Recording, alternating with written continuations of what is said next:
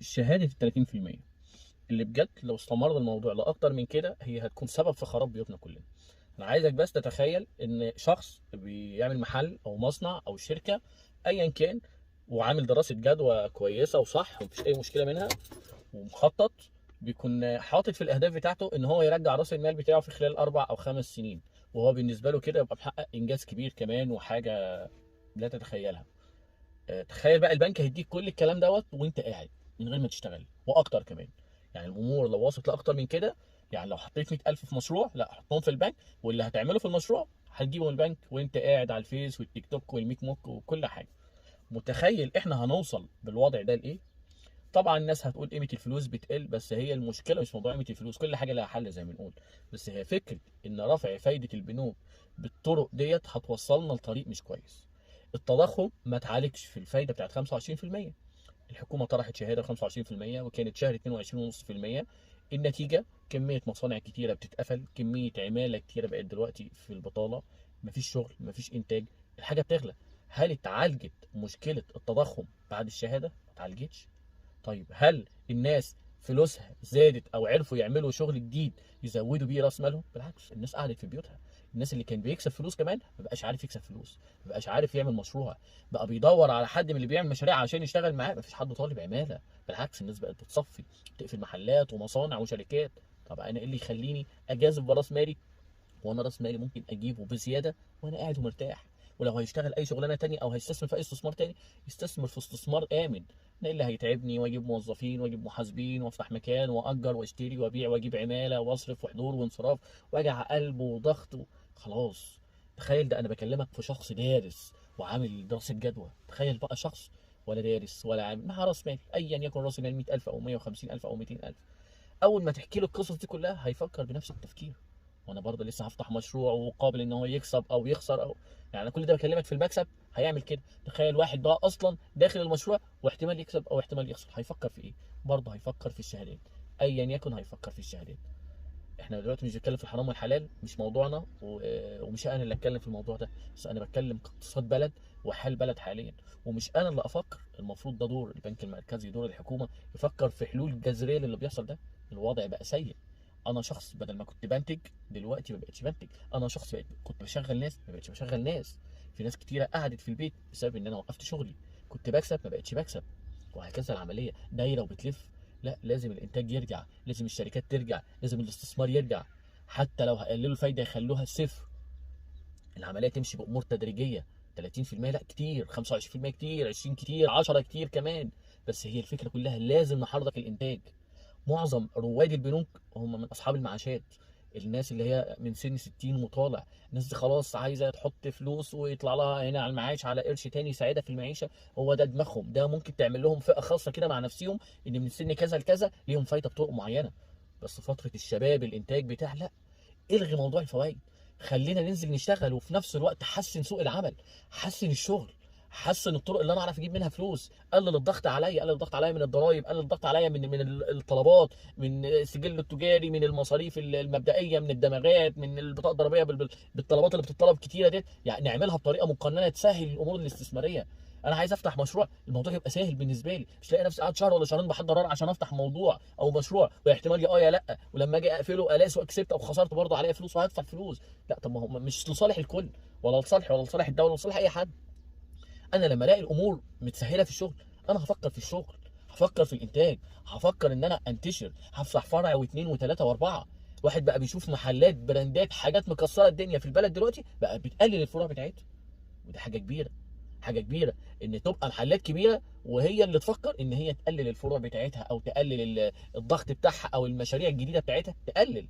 هيفضل يقلل يقلل لحد ما ينسحب من السوق تماما. دينا شفنا امريكا هو بيعالج حاجه واحده، التضخم.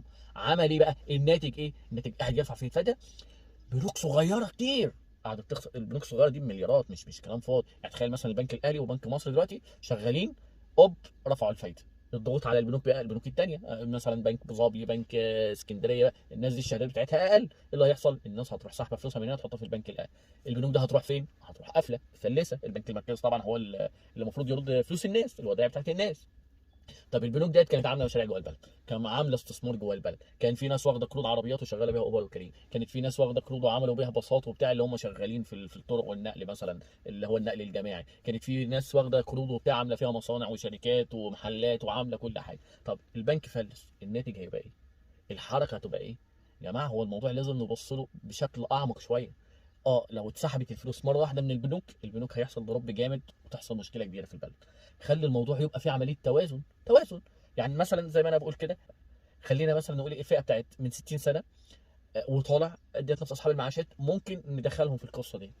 بس اقل من كده الناس دي لازم تنتج، لازم تشتغل، لازم الامور ترجع لوضعها الطبيعي، لازم راس المال يبقى جوه البلد في مشاريع، مش جوه البلد في البنك. ما هو البنك ما بيشغلهاش. هو الفكره ان البنك لو هيعرف يشغلها يقول لنا بيشغلها ازاي واحنا نعمل زيه. ما هو ما تقنعنيش دلوقتي على ما بيفتح محل بيقول اول سنه كده، اول سنه في المحل ده ما بيحسبوش اصلا ولا خسران ولا هو لسه بيقول يا مسهل الحال. هو بيبدا يحسب ربحه من بعد سنه، وبعض او في مشاريع بتقعد بعد 3 4 سنين تفكر في الربح. البنك دلوقتي لما ياخد منك 100,000 المفروض هيردهم لك 125,000 في نهايه المده، او 130,000 لو طرحت شهاده اعلى. يعني هيرد لك راس المال وهيرد لك الارباح في سنه. يعني نفترض انا مثلا خدت مليون ورحت فتحت بيهم محل، انت بعد كده المفروض ارد لك المليون بال 30,000. هرد المليون منين؟ ما انا المليون دي جبت بيهم اساس، جبت بيهم محل، جبت بيهم بضاعه، هينفع اعمل الكلام ده كله؟ استحاله. فالبنك بيبدا يضغط على نفسه. طب الناس عايزه فلوس، هيحصل ايه؟ يبداوا يطبعوا ورق. طباعه الورق دي اخطر حاجه ممكن انك تتخيل. التضخم هيزيد، زود من هنا التضخم هيزيد. طب ما هو تجارب ناس حصلت. الهيصه اللي حاصله في امريكا ديت كل التضخم بتاعهم والهيصه دي 8%. 8%. احنا بنقول التضخم عندنا 40%، لا التضخم عندنا معدي ال 100 و200، وفي تضخم معدي 300 و400% في بعض المنتجات والحاجات. انا كنت في اقل من سنه بشتري الفرخه على 37 جنيه الكيلو، دلوقتي بنتكلم امبارح مثلا 78 جنيه الكيلو. مبلغ كبير، ده غير التنظيف وغيره. يعني تيجي تاخد فرخايه كده عشان تاكلها 180 جنيه، لسه بقى حبه رز على حبه مش عارف طبيخ على حبه سلطه على حبه. شوف تكلفه اكله واحده، طقه واحده هتتكلف كام على اسره مكونه من 4 او 5 افراد. احنا بنتكلم ازاي؟ التضخم لو انت بتلمه دلوقتي هو هيفرط منك الايام الجايه، السنه الجايه. اذا كانت الدول المتقدمه بتعمل كده، هي ليها حسابات مدروسه اكتر مننا، ومع هذا بيقع في الغلط والناتج بيحصل اهو. في بنوك بتفلس ومشاريع بتقفل وفي امور بتحصل، وده بسبب امور خارجه عن ارادتها. امور حرب حصلت، امور بالنسبه لهم هم بيوردوا اسلحه هنا يعملوا هنا، عندهم امور داخليه تخصهم. بس انا ليه اقع في نفس الورطه؟ راس المال ما يطلعش من البنوك كل مره واحده عشان ما يحصلش كساد ومشكله وافلاس. تمام مفيش مشكله، نمسك العصا من النص، خلي فئه معينه راس المال بتاعها بفايده معينه، وخلي الناس التانيه تنزل تشتغل. اقفل الموضوع، سهل المشاريع، سهل الانتاج. احنا تعبنا، الامور بقت غاليه على الناس. طب هنعمل ايه؟ المشكله لازم تتحل في اسرع وقت. احنا داخلين في مرحله بجد الحكومه دلوقتي خايفه. 750 مليار جنيه هيتفكوا، اللي هم الشهادات اللي كانت معموله السنه اللي فاتت، الشهر ده والشهر الجاي. طب الحكومه او البنوك عايزه الفلوس دي، هتروح عامله ايه؟ رفع الشهادات. اي حد هتقنعه دلوقتي بشهادات 18% او 16% مش هيقتنع. السبب في ايه؟ لان هم شافوا ال 25 وال 22. فعشان تقنع حد بحاجه حلوه لازم تعلي له عن التارجت اللي فات، تعلي له راس المال عن اللي شافه قبل كده. 22 يبقى حط لي 25، 25 يبقى حط لي 27، 30، وهكذا العمليه. تمام. البنك نفسه لحد وقتنا هذا هو مش عارف هيجيب فلوس 25% منين. ولو في بنوك عارفه الكلام ده كله يطلعوا يقولوا هم بيدخلوا مشاريع ويعملوا ايه. مفيش مشاريع بتتقام جوه البلد والبنوك حاطه فلوس بالمبالغ ديت بالطريقه دي وبتجيب الربح بالطريقه. استحاله استحاله. ده الواحد على ما بيبني عماره بيقعد له سنتين ثلاثه. ده اي مشروع استثمار عقاري والكلام ده كله عشان يعمل كومباوند او يعمل مجموعه عماير والكلام ده كله بيقعد بالاربع والخمس سنين يبني فيه. هي الموضوع مش بالسهل يا جماعه، الموضوع مش بالسهل. حتى لو الفلوس حاضره الموضوع المبنى نفسه بيقعد وقت كتير. الموضوع مش بالسهوله دي ان انت ترد لي فلوس وراس مال في نفس الوقت خلال سنه. ازاي؟ ال 750 مليار هيتفكوا، هيرجعوا كلهم البنوك فايده اعلى. الناس ديت فلوسها السنه الجايه هيبقى ليس لها قيمه. ومش بشجع الناس كلها تسحب الفلوس، بس عايزين الامور تبقى فيها توازن. دلوقتي في اقتصاد بلد لازم يتحل بطريقه تناسب كل فئات المجتمع.